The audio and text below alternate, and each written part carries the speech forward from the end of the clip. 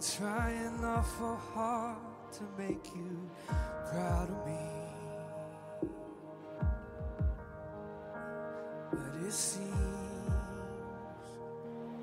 the harder that I try, oh, the harder it becomes, and I feel like giving up most of the time.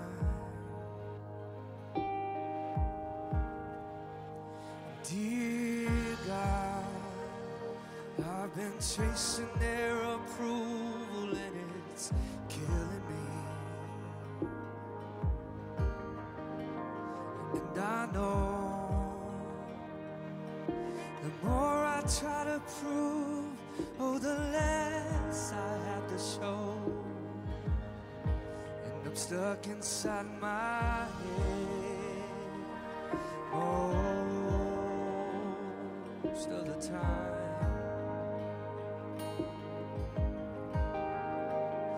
If I pray a little harder, if I follow all the rules, I wonder could I ever be loved?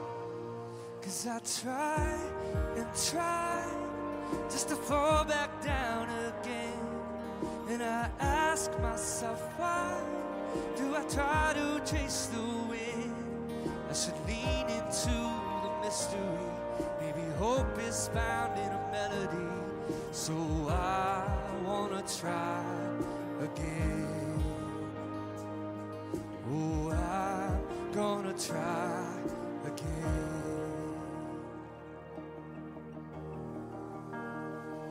Dear child, I hope you know how much I love you and I'm proud of you. Please believe the thoughts I have for you will never change or fade away. And when you felt like giving up, I never did. 'Cause I'm not scared of imperfections or the questions in your head.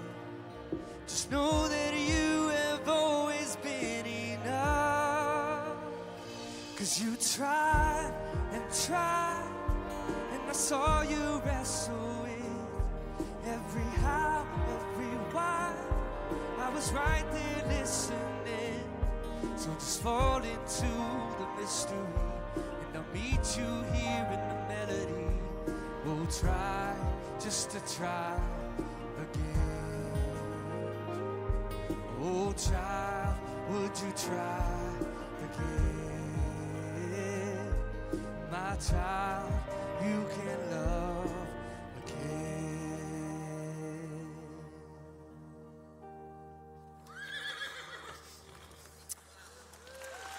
Well, how is everybody here today? Are we good here? All of our sites at Crossroads in Lexington and Dayton and Columbus, all over Cincinnati, online. Great to have everybody with us today. This is an adventure. Every time we do this, it is an adventure. By the way, my name is Brian Tomo. It's known as a senior pastor around here, if we haven't met before. This started as a conversation I had with a guy who I went on a hunting trip with a few years ago. And he told me what he did, that he has this, I think his words would be a supernatural ability to connect with horses. He probably doesn't like when I say it, but he's a genuine horse whisperer. I've seen him do, at this point, I don't know, 15 horses that have never been ridden, never had a saddle on them, no one has ever been on them. And every time, the horse is able to be ridden. They're always the first time that can't happen. They're always the first time. But it's pretty magical. And we really had to go around with the insurance company to allow us to have a live horse inside like this. And we got our way and we just told them, look, we're going to do it or not. Whether you insure us or not, we're going to do it or not. It's a really fun thing to do. Now, a few things. You're hearing this horse behind me who's whinnying. They're all different. All these horses are different. This one is very vociferous. I know it's loud in your auditoriums right now, but the speakers are pointing to you, not the horse. The horse is not getting blasted out with sound. This horse is obviously a little disoriented. This one saw horses up on the video and wanted to be part of the herd if you saw that, right? Never seen LEDs before. Go figure. But I want to calm you down. We care very much about every horse and this horse. This horse is not getting hurt. This horse is actually going to get helped. This horse is going to get unlocked and become a more potent version of itself. And this is why we do this, because if God gets a hold of you and he unlocks you, you can become a more potent version of yourself. It's a brand new horse. Every time we do it, over the next several days, I think we have like eight different horses. And one of the things about when it was a large church like Crossroads is people always assume it's orchestrated and fake. It's not. It's not. Todd Pierce was a professional bronco rider on the circuit. And this is kind of what he does right now. And he's never seen these horses, put his hands on them. All these horses are different.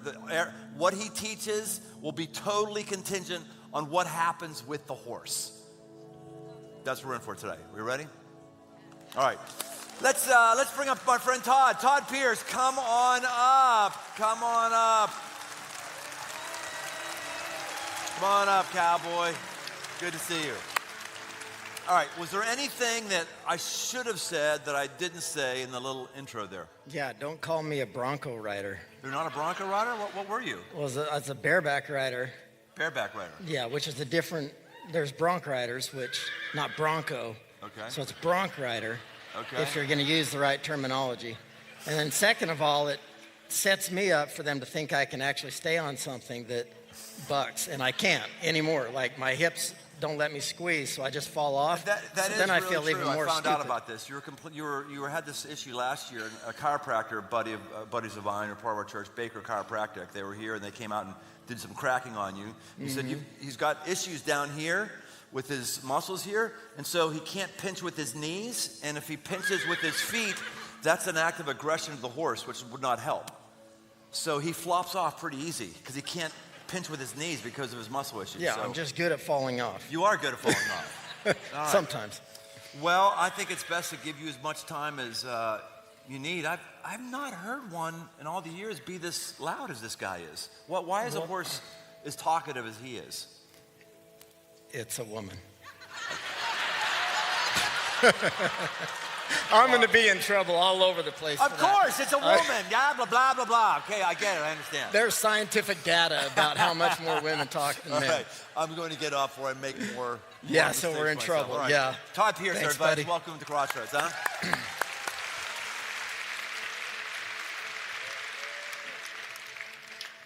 Y'all realize it's Thursday night?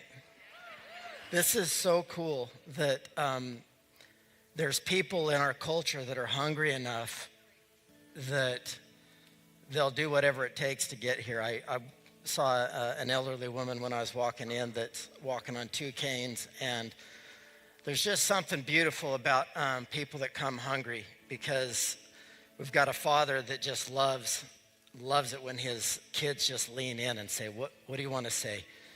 And I know that we're all over the spectrum here as far as where you are with your conversations with God. But I hope, hi, sweetheart. Gosh, I haven't got to meet her yet, as Brian was saying. But watching her from a distance, I can see that she's got so much enthusiasm.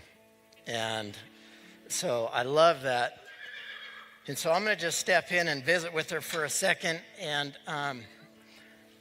I think there's kind of this common theme that's been going on with me all week long, and it's this idea that we're living in a planet that's filled with orphans. And it's not that we're orphans because we didn't necessarily have a mom or dad. Maybe that's true. But it's that we haven't properly learned or appreciated or realized how much God wants to father us, mother us, and make it to where all the fears and the insecurities that each of us deal with he wants to just lift those things off us. Brian used the word potent version of yourself. I'd say I just want to be whole. I want to be what God intended me to be, and I'm still becoming that.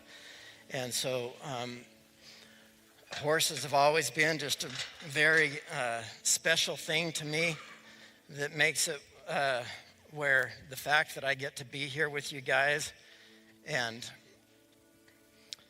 work with a horse in front of you, this is really special. Hi.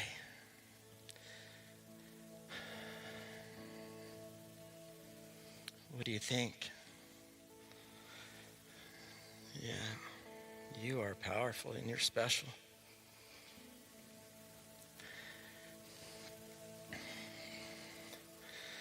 There's only really one place to start, especially with something that's already this comfortable with being around me, is that she's misunderstood, and it's not her fault. It's just up until now, this is what she's been able to do with people. And so I'm just right now another person, and she feels safe because there's a lot of distraction around her. And we're living in a time and age when there is so much distractions going on, and there's so much noise with the news and the social media and the devices and the things that are constantly demanding our attention. We can find ourselves really connecting to this horse because although this is not frightening or intimidating environment for her, it is very distracting because she's never been in an environment like this. And so there's so many things that's got her attention, and she's just crying out for, hey, is there anybody there? Somebody hear me. And it's what I hear going on in the world right now. People are crying. It's like there's so much noise and they don't even know if they're being heard or if anybody actually sees them and knows them. And so what I want her to know right away is that I see you. I hear your cry. I want to know you. She's already communicating to me just a really high level of her just saying that I'm okay with you. And I want to be able to, I'm asking her to move away simply because I need her to be freed up in her mind to look at me differently than she's looked at me before. She's not going to be my pet. And I think that Christianity has so often been portrayed to people as something to where you just become a dumbed down version of yourself, to where you just do what you're supposed to do, follow the rules, be a good person.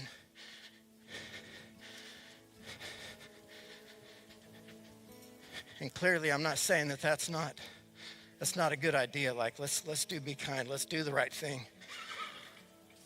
But it can't start there. And right with her, it's starting there where she's wanting to do the right thing, but I want her to realize that there's so much decision, there's so much free will that I'm going to let her walk in, that she's even seeing herself on screen. So she's going to have to get over this fascination with herself.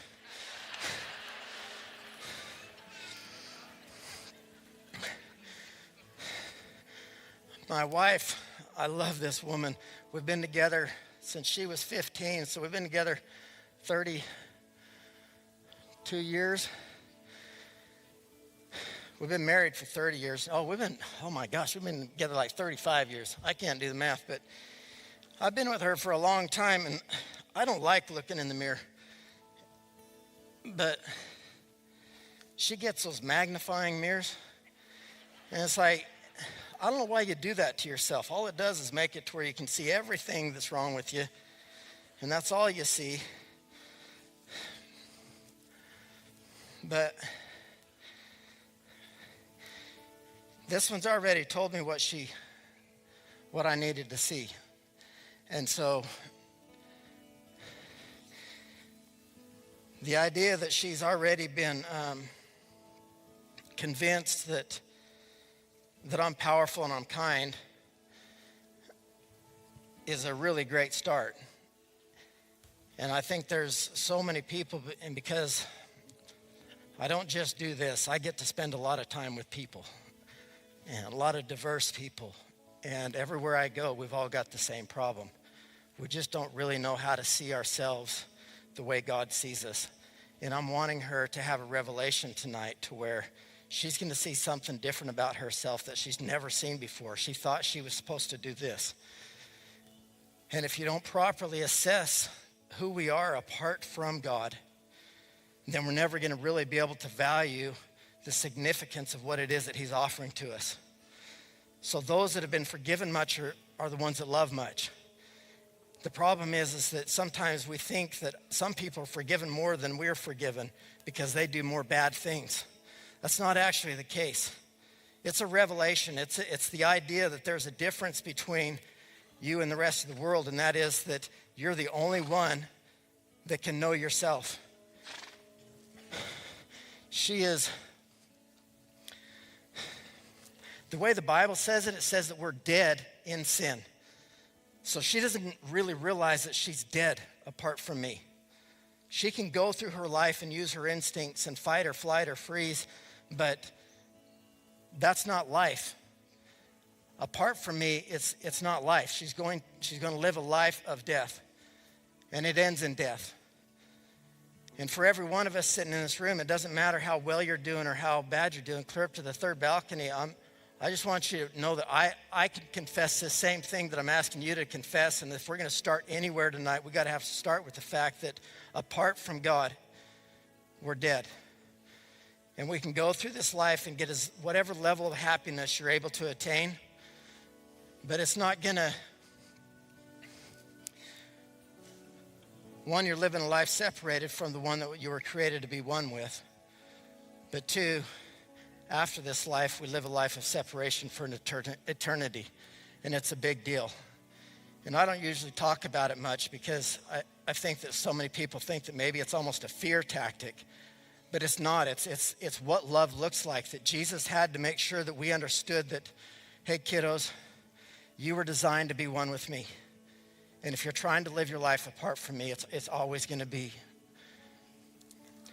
hopeless.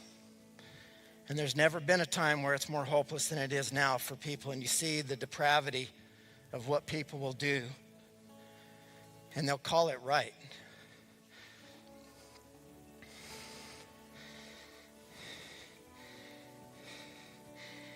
And I'm not asking a whole bunch from her, but the little things that I have asked of her, she's just so willing. And it's not, like if I do have a supernatural gift, I don't know, maybe some people would argue that. I'm not a great horse trainer. They're great horse trainers. And I would like that to even be a disclaimer. That to the horse world, I'm not claiming to be a great horse trainer. I don't know how to teach horses to do certain things the way you do. But that's not what I'm wanting to do. I'm wanting to become one with her and connect with her on a level to where I don't have to just beat her around and push her. Kindness and gentleness is going to make it to where I'm going to awaken her own desires, the things that she was built to do or the things that she's going to do with great joy. And it's like how we raise our kids is that if we're not careful, we just push them into the things that we value. And we never take the time to study them long enough to find out what is it that they're passionate about. Don't worry about keeping them comfortable. Put them in situations where they learn how to discover things that they're great at that they didn't even know. Her and I are going to talk here for a second.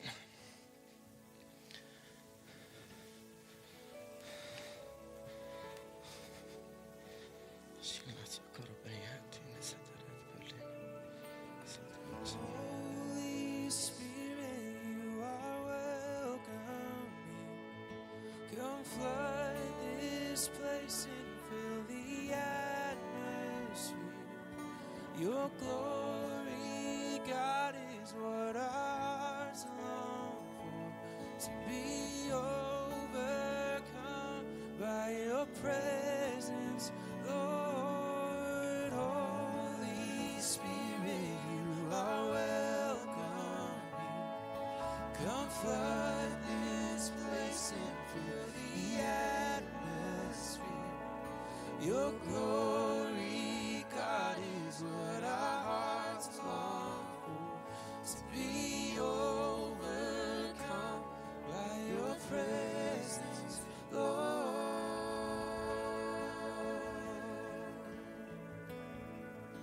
Your presence, Lord.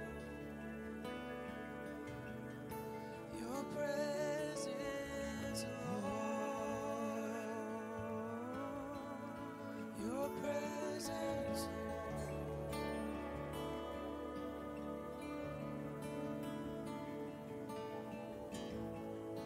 there's nothing worth more that could ever come close. Nothing can compare. You're our living hope. Your presence, Lord. Man, I don't know if you could see it from there. Her bottom lip is hanging down, kind of quivering. She looks silly, really. But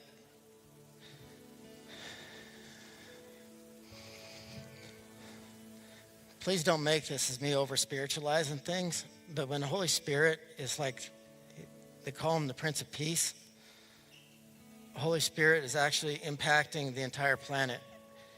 But when we're aware of it, something happens inside us, like she's physically, it's manifesting in her. She's physically feeling something that she doesn't know how to feel, especially in this environment. I know that there's been people that have given flack to doing something like this, like, why would you expose a horse to this? And I'd say, why? Why would you not?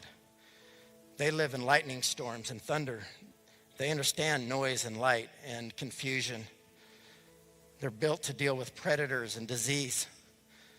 And we're trying to, in some ways, help her to know what a higher level of living is all about. And if we can reckon with the fact that we're dead apart from God, then we can appreciate the idea that he pursued you tonight and made it to where you don't have to leave here without hope or without joy, and the reality that you're one of God's sons and that he is so very, very, very proud of you. The big difference between a horse that's trained and a horse that's not, and in many cases, is that they used to call it breaking a horse, but it's what horses don't want is something on their back. And so you wait until they're 2 years old, which she is, before you actually put anything on their back.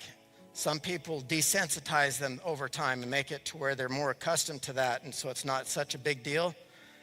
These horses haven't had that done, so the getting on them is usually, there's a difference. Like, she's one thing right now, but if she'll allow me to become one with her, to actually get on, then she becomes something else.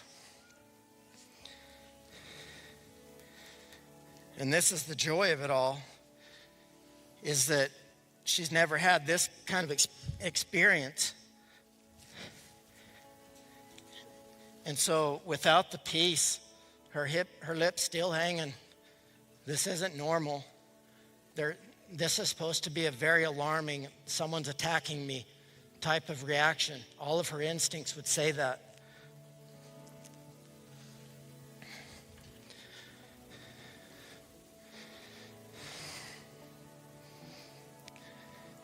And this is why Brian tried to say at the beginning, some people think this is just staged or it's a trick. It's not. And this is what's being made available to us. That you've ran long enough. You've spent enough time trying to figure out how to find joy and peace and a purpose and a vision and what it is to have a lifestyle that's supernatural. You've spent enough time looking for that. I say that this is the night.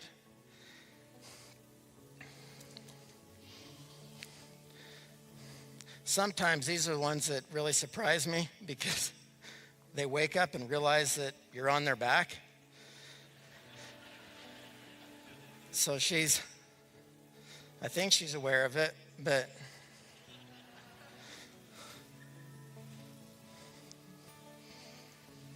such a good girl. Now remember what she was before I got in here. Remember the frantic running and the crying out and all of the confusion and all of the anxiety.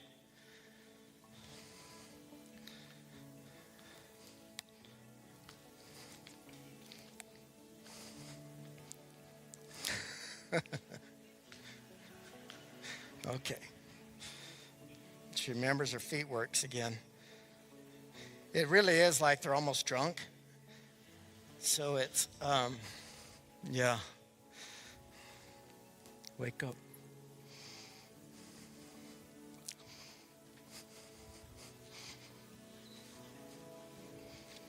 Let us become more aware of your presence. Let us experience the glory of your goodness. Let us become more aware of your presence. Let us experience the glory of your goodness. Let us become more aware of your presence. Let us experience the glory of your goodness.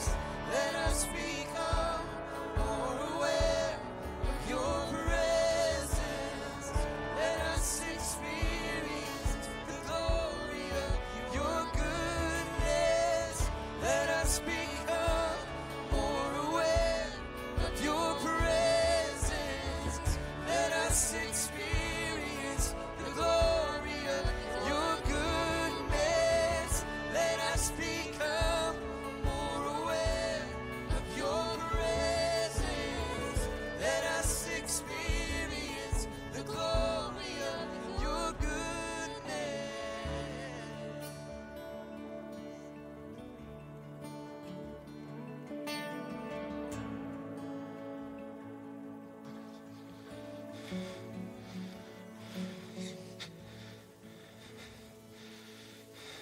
Wake up, girl. It's a good girl.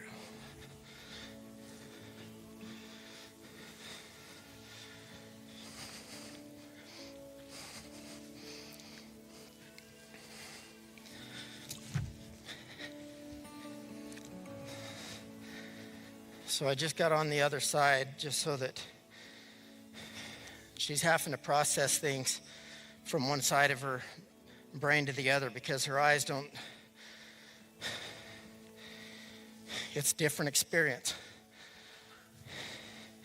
And I know that there's a lot of people in this building tonight.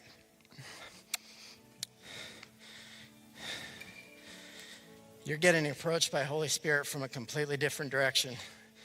And you didn't know what to expect coming in here.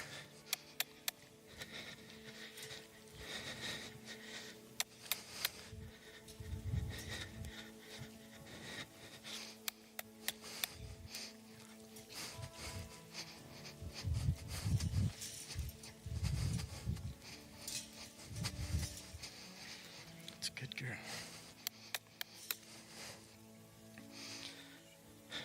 Go to Benny. Sit down. Sit down.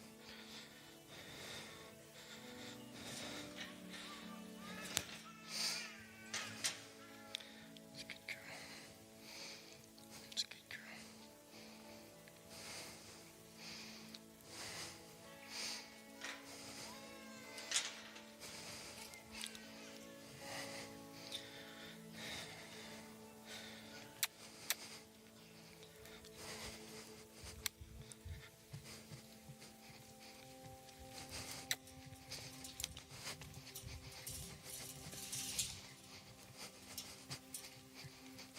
Wow.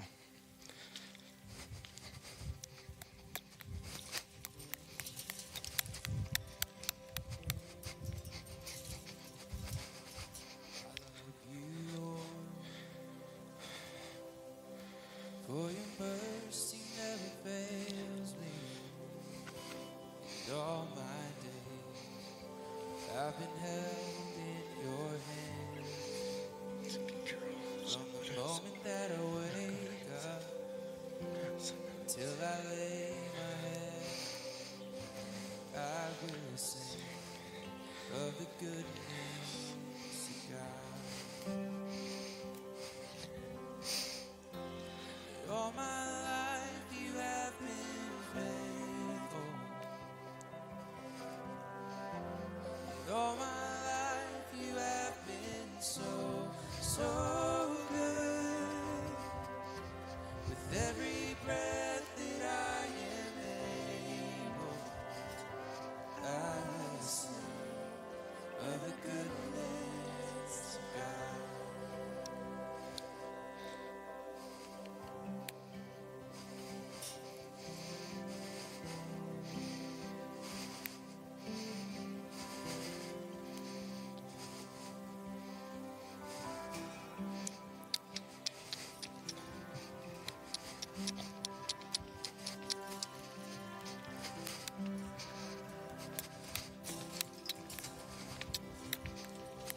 I love your voice. You have led me through the fire in darkest night. You are close like no other. I've known you as a father.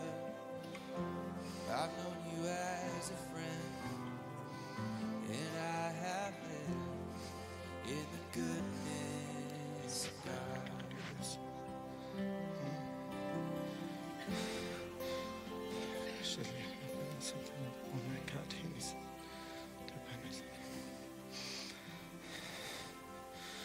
I don't know how much confidence you have in God.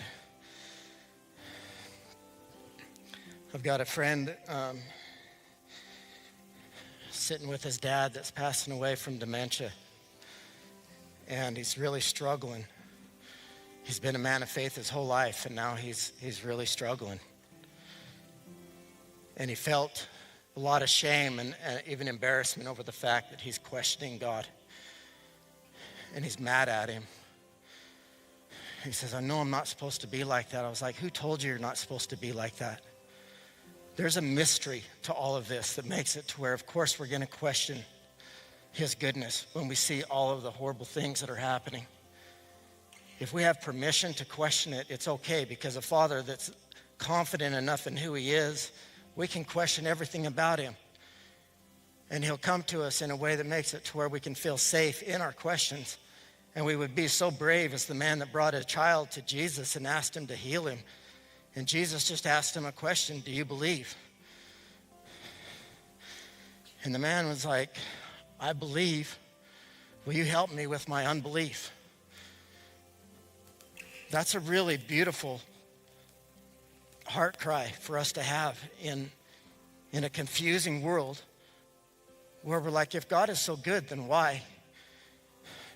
It's okay to ask. I don't have the answer.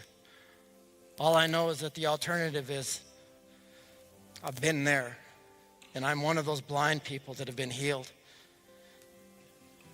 And if I've been blind and now I can see, I'm not gonna allow the questions to get in the way of this one thing.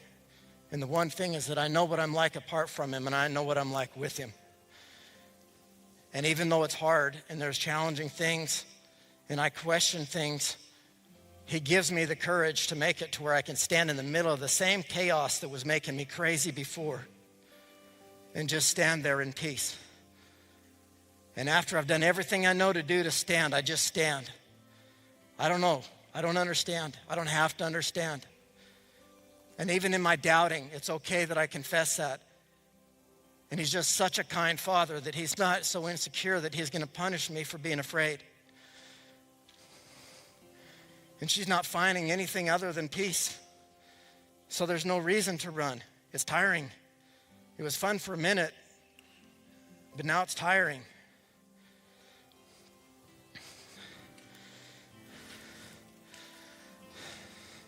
Guess what? There's more. Because along with my presence, and Jesus manifests this beautiful thing to where Jesus said, I've come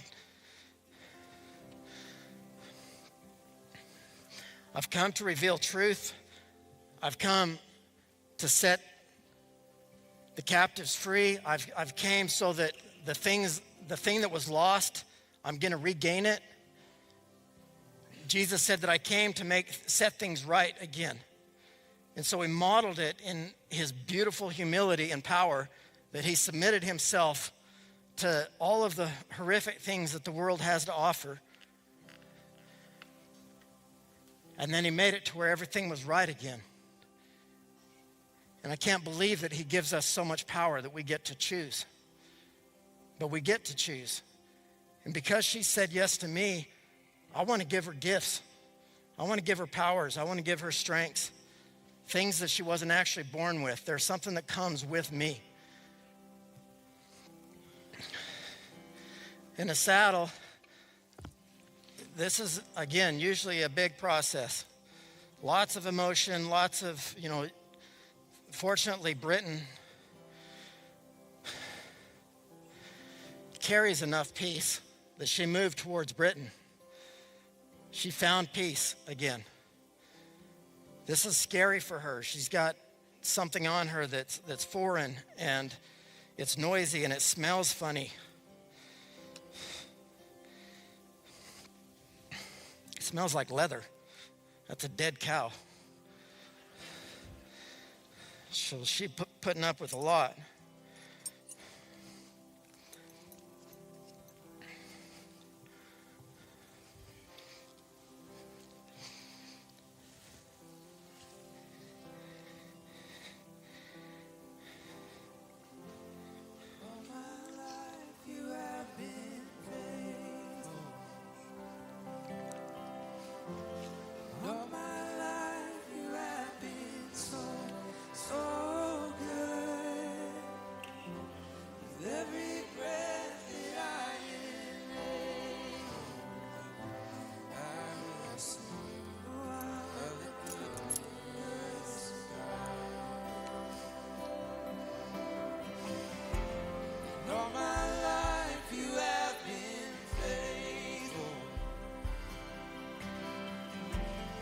All my life you have been so good. With every breath that I am able. Oh, I think that it has to be difficult with God. Why can't be this relation with Him? Challenge your expectation. Your goodness is running after, it's running after me.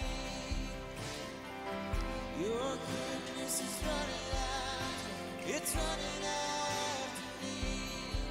With my life laid down, surrendered now, I give you everything. Your goodness is running after, it's running after me. Your goodness is running after, it's running after me. Your goodness is running after, Really? it's running after me.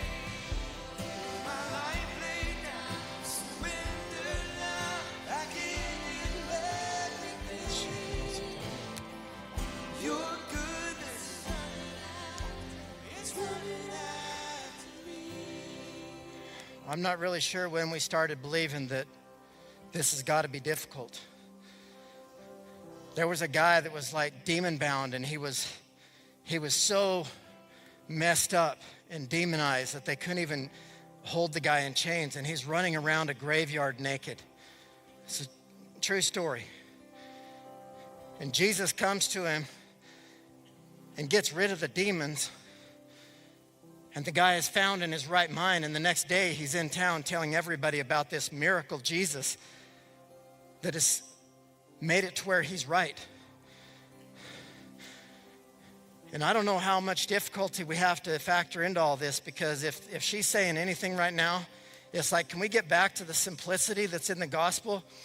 Because Paul was talking to a bunch of people, and he was saying that I'm actually afraid that you guys have made this too complicated. You're going to be like Eve. What was once simple, you've made it so complex and so complicated. You're asking the wrong questions. The question isn't, is there a God? It's just the fact that there is one, and what are you going to do with it? What is this Jesus of Nazareth, the one that is the Lamb of God, that we still set our calendars to his life and his death, and made it simple enough to where We can be dead in sin one moment, put all of our faith and our trust in him, like she has, and be something entirely different the next moment. It's not that complicated. But the journey just begins there. And I feel like maybe in Christendom we've made it to where, okay, I've given my life to Jesus. I'm surrendered. I believe. Get on with it. Why am I still so messed up? This is the journey. And this is why it is that, like, we were built for more than that. The story's not over. We're still becoming the likeness of God. There's an honest thing that says that I haven't yet arrived, but there is something that I know that has happened in me that's made me a son of God. And the thing that's beautiful about being one of God's sons is he's okay that when I was born, I was an infant, and I didn't know how to walk, and I didn't know how to talk, and I didn't know how to conduct myself, and I was still making messes all over myself and everybody around me. But a really good father stuck with me through all of these times, and he's still sticking with me. And I would say right now, I'm just as desperate for a father, maybe more so desperate for a father and for his presence than I've ever been. Not because I'm struggling with sin issues so much as that the stakes just feel that much higher, that I've been trusted to say something of value and make it to where I can accurately represent the nature and the goodness of God. And Jesus came and he said that I'm the Word of God made flesh, and I'm going to dwell among people. What happens when we are actually the Word of God? We're not just people that are talking about the Word of God, we're living the Word of God.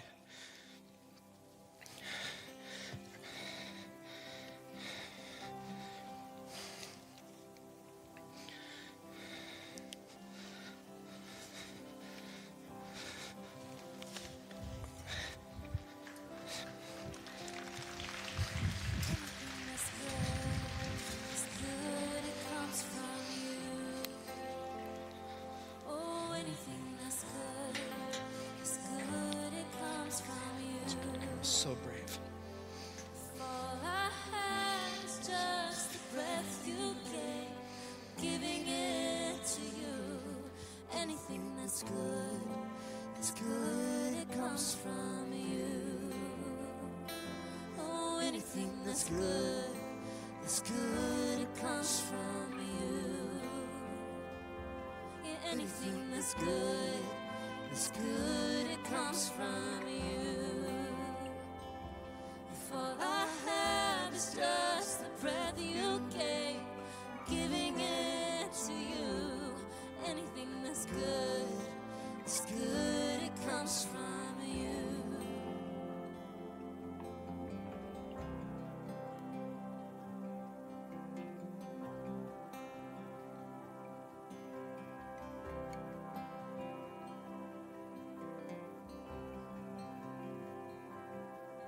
When you opened up my eyes, your light broke through the night. This walking dead was breathing in new life. A new song filled my lungs. I sing it all my days. I finally found something worthy of my praise. Anything that's good, it comes from you. Anything that's good, it comes from you. If all I have is just the breath you gave, giving it to you. Anything that's good, it comes from you.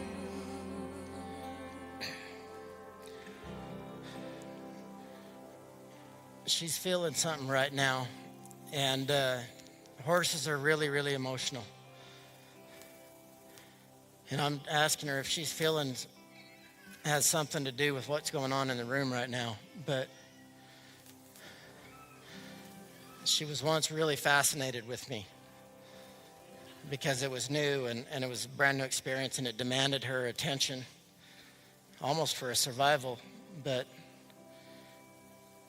I don't want her to lose this awe and wonder and the pleasure of being near me, and that I'm not trying to just make her into my workhorse and do what I told her to do. I want her to become something, not just do something. And when she's becoming one that knows how to trust,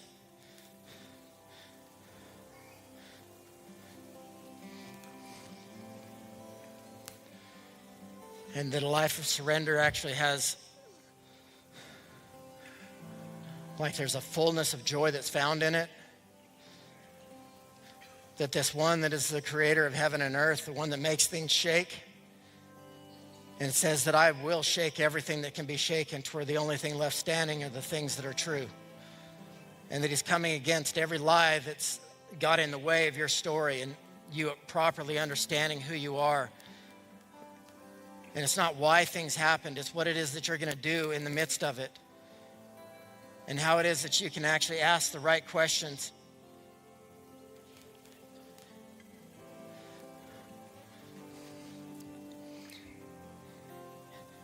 Part of what her instinct is that she's either going to rule or she's going to be ruled. Those are really specific words. But I want her to know that there's way more being given to her so that she knows how to conduct herself. I'm not ruling her as though some people understand being ruled. There is a way that I'm asking her to interact with me. And I'm waiting for her to just do the right thing so I can trust her with more power. I want to give her everything.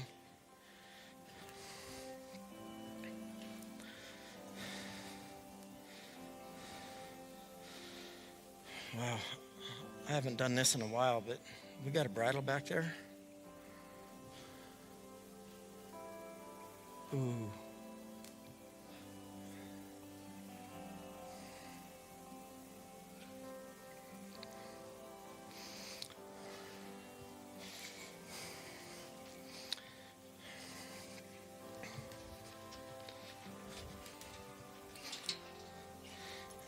Hey, Britton, come in here for a second. I was asked to do something at the beginning of this, and I forgot to. And I just think there's so much honor in this house and leadership, and this church has done so much to just further the kingdom and bless our lives. And this year, we're able to bring our whole team. Britton's been here with me multiple years, but this is Britton Cullum. How about it for Britton? People frequently ask me, where do I find the horses? And I'm like, I don't, because I don't have anything to do with it. And the only thing I know is that I trust this man. He finds the horses. And he knows a whole lot more about these horses than I do. So it makes it to where I completely stay out of it until a man that I'm in covenant with, a man that I trust, makes it to where he sets me up. And not always because they're this easy. He wouldn't do that, but he will make sure that he's being led by Holy Spirit on what it is to bring, and does a lot of effort. So thank you, Britton. Every man deserves to have somebody in their life that they can trust with their life. And Jesus didn't call us to be family to make it to where we still live like orphans that don't have family. And so us being a larger family, it's good that we have each other. Austin Johnson, I was trying to help, right? So we're going to do many services, and I thought, well, I'll just bring the guy that travels with me everywhere I go, and he's going to help. Well, I didn't realize how complicated things are. This is a big job, and they just embraced Austin, and Austin travels with me and has just devoted himself to being in the background and playing beautiful music.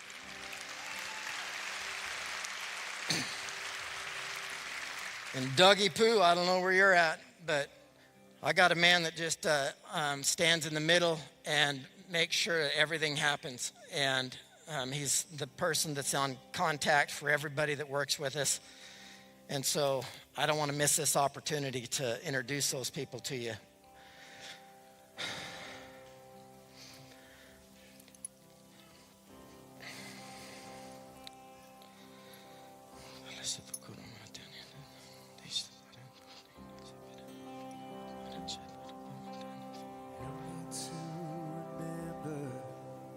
It's only by your grace.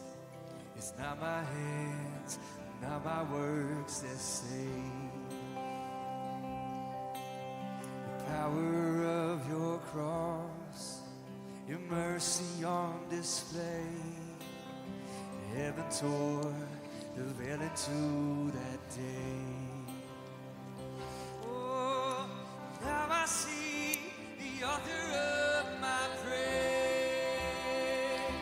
Oh, anything that's good, it comes from you. Oh, anything that's good, it comes from you. If all I have is just the breath you gave, I'm giving it to you. Anything that's good, it comes from you.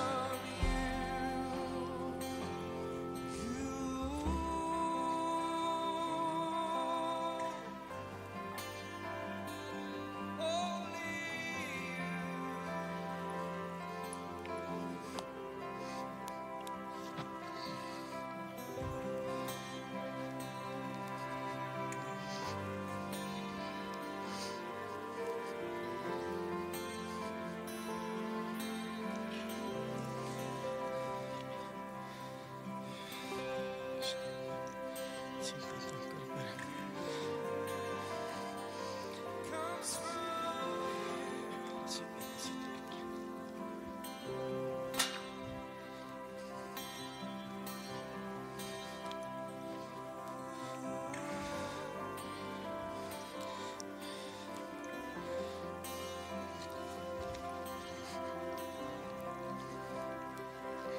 You're the Alpha, the Omega. You're the author, the creator. You stand alone. You're the living God. You are righteous, full of justice. In the valley, you are with us. You stand alone. You're the living God. You're the Savior, the Redeemer, the living water. You're the healer. You stand alone. Oh, you're the living God. You're the Lion. You're the Lamb.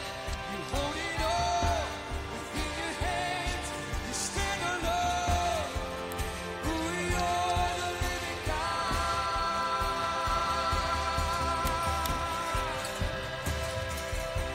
You're holy,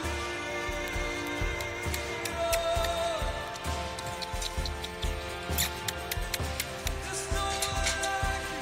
You're the Alpha, the Omega. You're the author, the creator. You stand alone. You're the living God. You are righteous, full of justice. In the valley, you are with us. You stand alone. You're the living God.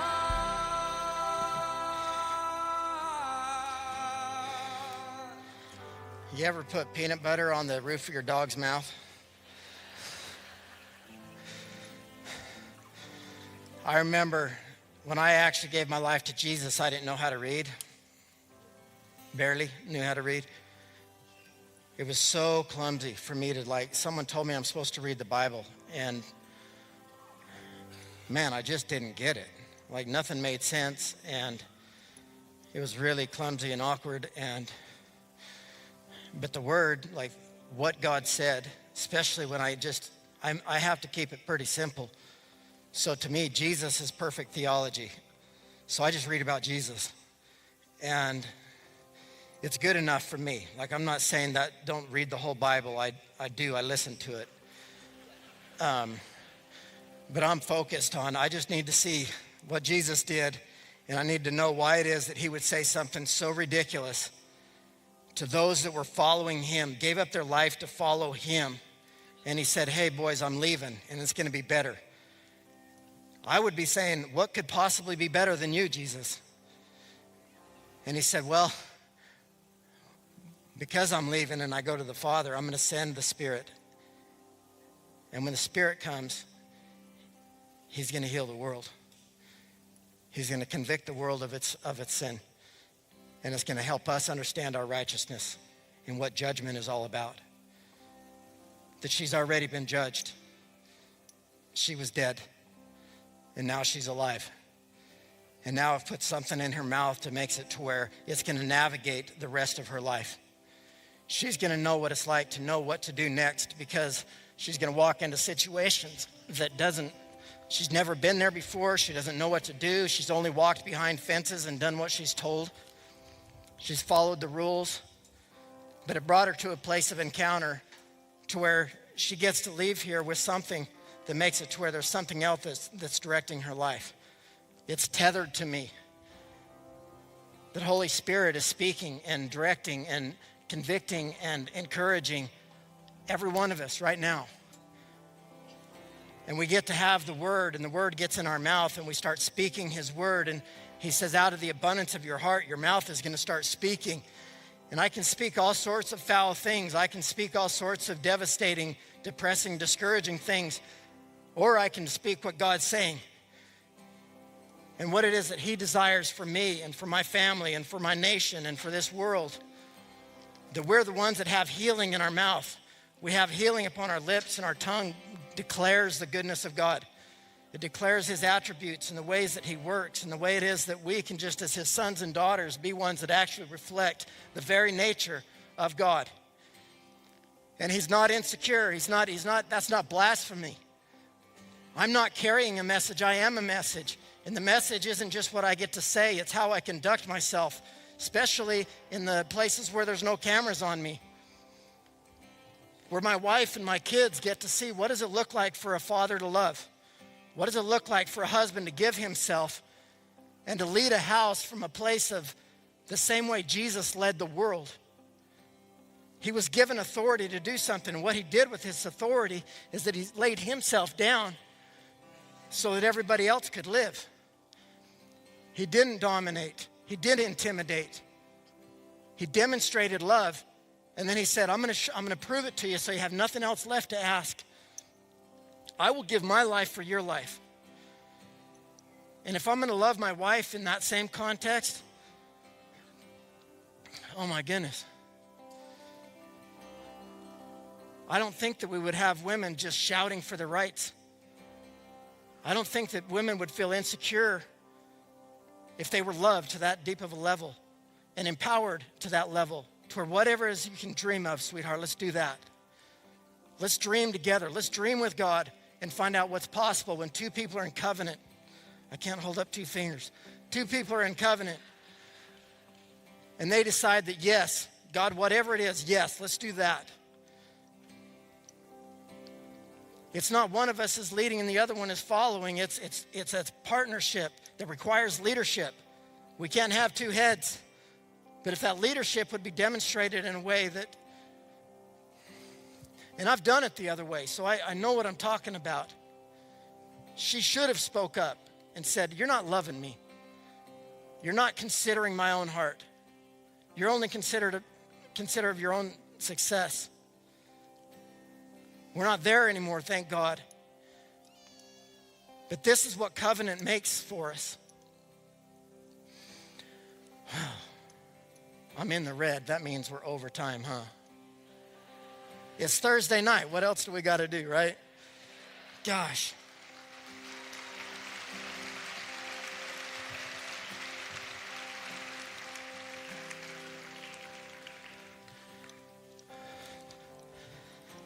The way she's chewing on the bit and the way she's starting to relax right now, just for those of you that are like, come on, that horse has done this before. It's all brand new. She just felt safe enough to not have to fight it. And I think that that's such a beautiful invitation that a father would want for every one of his sons and daughters. Come, let's heal. Let me show you who you are. You can't listen to the voices around you. You can't look in the mirror to find out who you are. You've got to look to me. Let me heal you. Let me be the one that makes it to where you know what it's like to be whole. where you have the freedom and the confidence to where you can walk into a place and just be yourself. And that's enough. I don't have to act or pretend. We're confident in who we are, and every one of our roles are so important. I don't know how it happens. All I know is that you matter.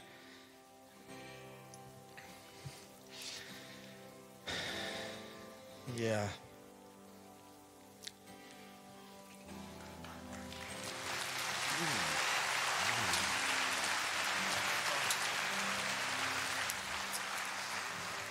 Am I going to get to ride her? Well, I thought that's what you were coming for, man. I was tightening see. the saddle. All right, so in just a moment, we're gonna just kind of stand and sing a song to God together. But let me just connect some dots in case you didn't see what I saw, okay? Because these things are practical things for all of us. This horse, who has really never been ridden before, I think they just give you the hyper easy horses. We have one named Bone Crusher that's coming up soon. I can't wait. I'm like, I want to see him get thrown. I want to see that. I want to see him go down. I want some good theater. But that horse, as we saw, was very uneasy. It was not at peace. And I think about that when the Bible says, I give not as the world gives, but I give peace, a peace that passes all understanding. The world will never give any of us peace. Only gives us responsibilities, rules, obligations, shame, guilt. That's what the world does. Obligations, all that stuff. But God gives us peace. And this horse came in, just a picture of so many people I know, and a calming influence came over that horse, the point where it drooped its lip, right? And then the other big takeaway I have is, this horse is still not comfortable with that bridle. This is not a fix. None of these horses are. But getting accustomed to it. That's what God is probably going to ask you to do, or is inviting you to. There's probably something that Todd gave. You gave about 14 different sermons tonight, by the way. I have a hard time getting away with just one when I did. But it's probably something that he said that was personal to you, but it's uncomfortable. That's like a bit in your mouth. God wants to direct you. And you can't expect, when God starts doing something new in your life, you start taking new steps, you can't expect it to be natural. You can't expect it to feel good. It doesn't feel good. It always feels awkward. It always feels abnormal because we haven't done it before. That's what spiritual growth is. And many people never spiritually grow because they never do something that's uncomfortable, and they never allow the uncomfortability to set in. But this horse has got to allow that bit to get comfortable in his mouth, or else he won't run faster than he's ever ran. This horse right now with Todd on it, I learned this from Todd, will run faster than any horse that doesn't have a rider on it. One horse that's had this experience, one guy on one horse's saddle can round up an entire herd of wild horses, because this horse is stronger, faster, more capable, because he's come under the tutelage of the master. That's what happened with you and I tonight. So let's allow peace to come upon us, and let's allow that peace to take us into the uncomfortable spots, because God wants you to get uncomfortable. It's called growth. And he cares for you, and he loves you enough to hang there with you. Why don't we all stand? Let me pray for us, and then let's sing together, all right? God, you are so kind, what you've done for this horse tonight, and you're kind what you've done for all of us today. You're kind what you've done for this horse today, and you're kind for what you've done and are doing for all of us as well today. We are trusting in you as we leave here today, that you're going to take us into new places. And I'm asking that you would help us to, just help us remember this fresh taste of the bit. To do the thing that's uncomfortable, but to do it. Thanks for Todd, Lord. He's a blessing to all of us. May you receive this song right now from us, this worship, and you can feel our gratitude for our time. And I pray these things in the name of Jesus. Amen. We'll sing this together. I was made to be tending a grave. Yes. I was called by name, born and raised back to life again. Yeah, I was made for more. So why would I make a bed in my shame when a fountain of grace is running my way? I know I am yours, and I was made for more. Just sing those words again.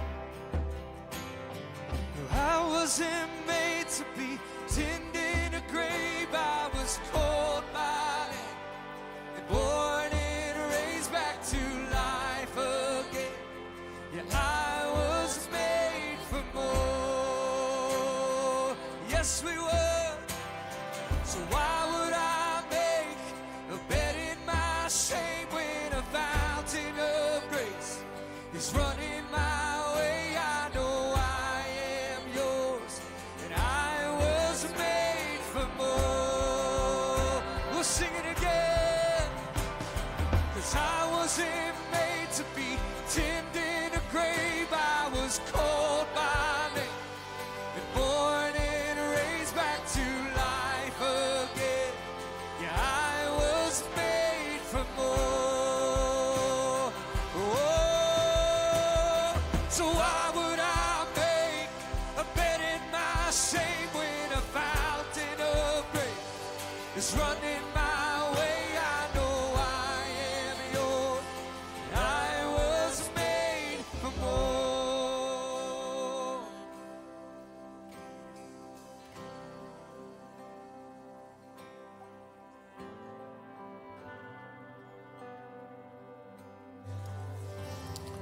So whatever site you're at, we've got people who are volunteers and trained. Would love to pray with you. Just come forward, whatever site you're in, and have somebody pray for you. Maybe you feel a little uneasy like this horse did, or something else is messing with your mouth. We would love to pray with you if you've never had that done before. I promise none of these people bite. Feel free to have some prayer, and thanks for coming. We'll see you next week.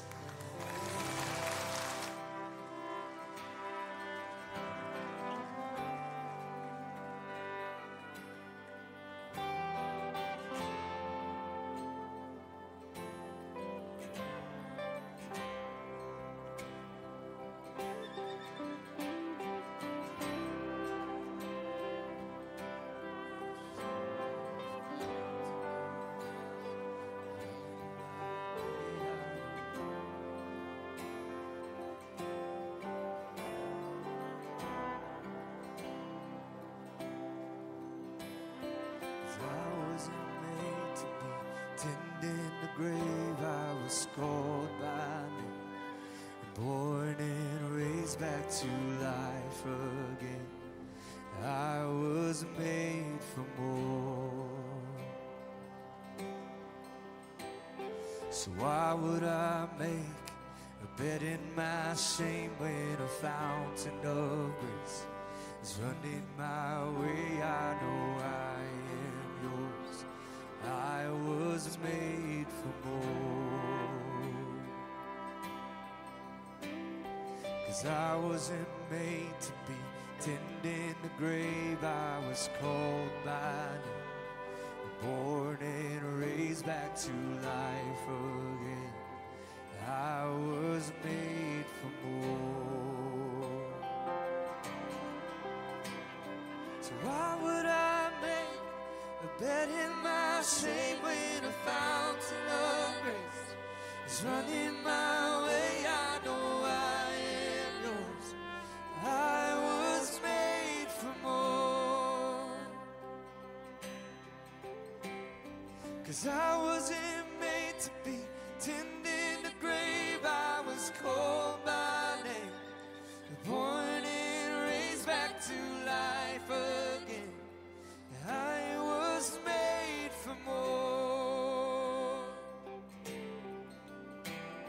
So why would I make a bed in my shame when a fountain of grace is running my way? I know I am yours. Yeah, I was made for more.